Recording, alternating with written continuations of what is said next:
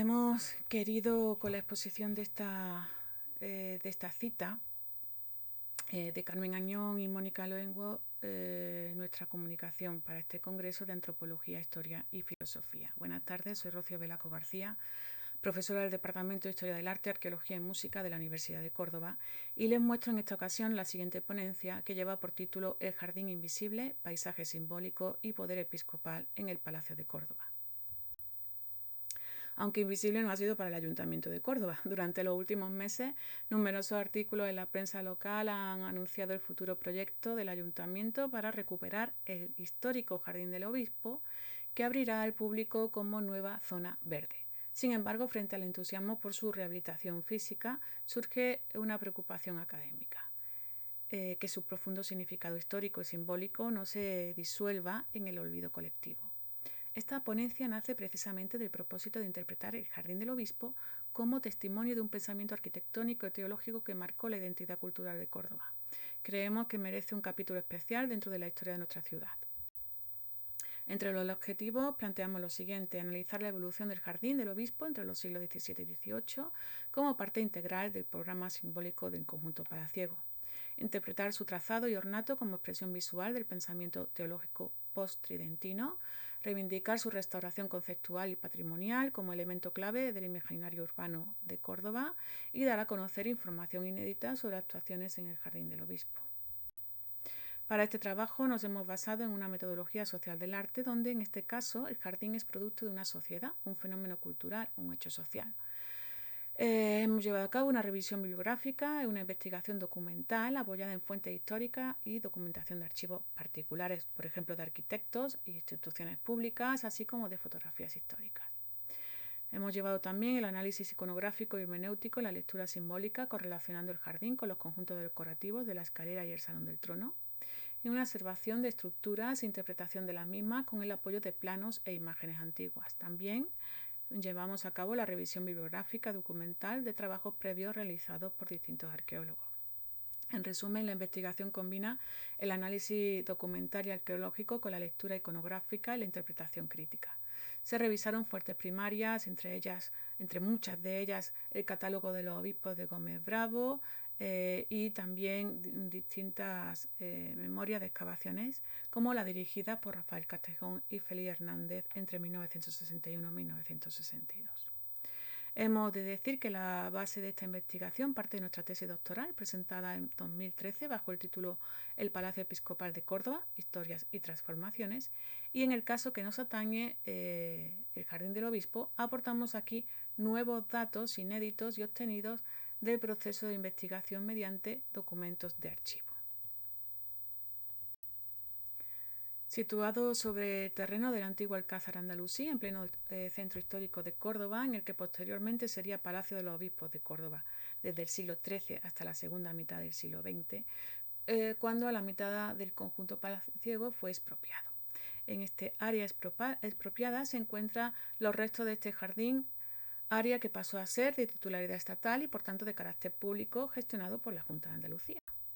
El Palacio Episcopal absorbió parte de la estructura andalusíes, configurando desde el siglo XIV, siglo XV un complejo de patios, huertas y jardines.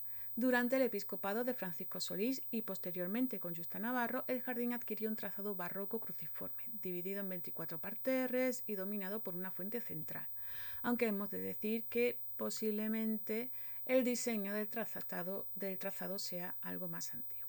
Simbolizaba el paraíso terrenal descrito en el Génesis, un espacio perfectamente ordenado donde convergían la gracia, la geometría y la autoridad episcopal.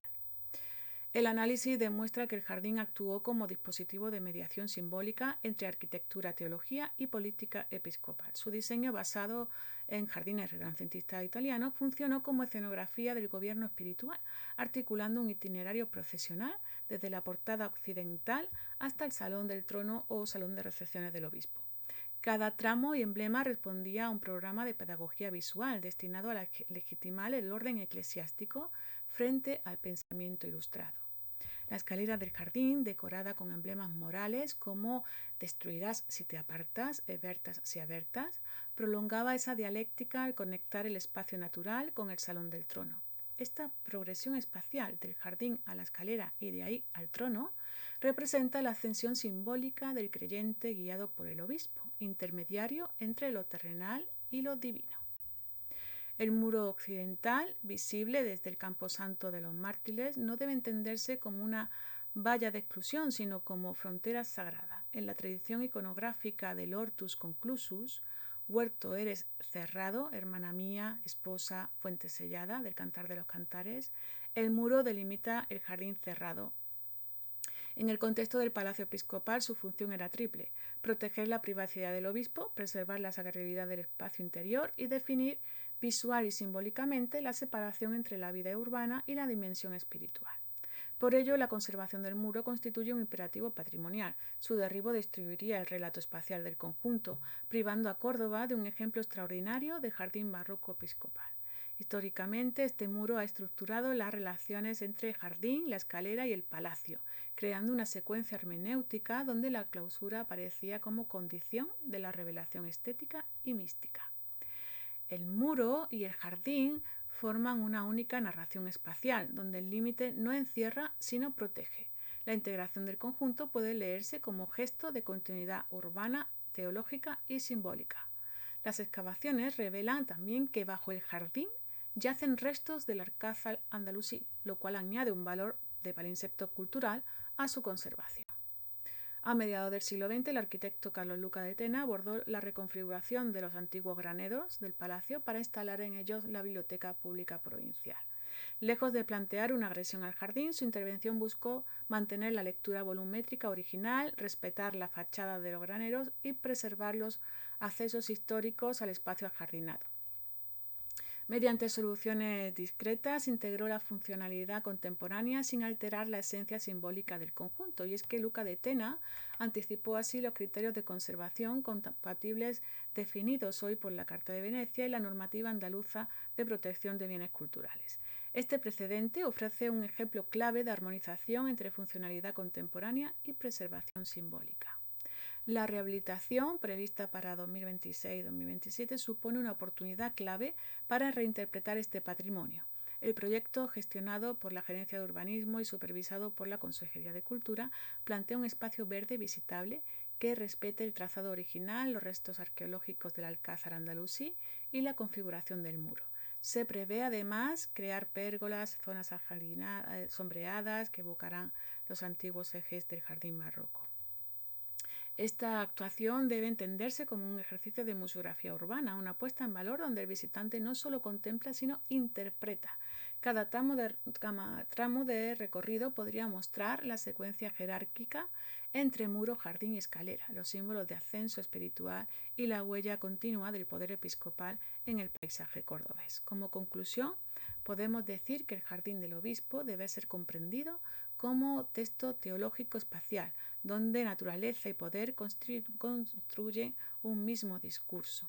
Su restauración no solo implica recuperar un trazado, sino desvelar una gramática simbólica.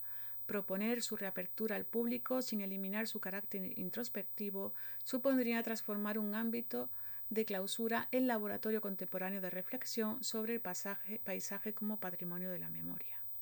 El Jardín del Obispo es hoy un laboratorio de memoria arquitectónica. Su muro, lejos de ser aislado, lo preserva como cápsula histórica dentro del tejido monumental de Córdoba. En su entorno confluyen estratos culturales, andalusíes, barrocos y contemporáneos, que conforman un testimonio vivo de la ciudad palimpsesto. Conservar la integridad del muro, junto con los valores históricos del conjunto, implica reafirmar el espíritu del patrimonio, un acto de respeto al pasado, de reflexión sobre la belleza y de compromiso con el futuro urbano. El Jardín del Obispo demuestra cómo el patrimonio arquitectónico puede ser simultáneamente espacio físico, simbólico, religioso y documento histórico. Su muro define la forma de recogimiento, su escalera el ascenso espiritual y su jardín la materialidad del paraíso. En una época marcada por la aceleración urbana, conservar estos elementos no implica convertirlos en reliquia, sino en escenario educativo y emocional de la memoria colectiva. El futuro proyecto debe respetar la integridad formal del muro y del diseño original, abriendo al jardín al público sin vaciarlo de significado.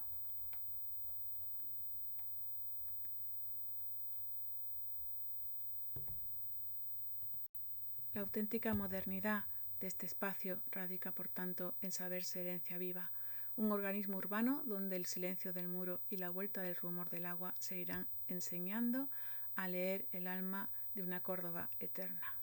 Muchas gracias por su atención. Aunque invisible,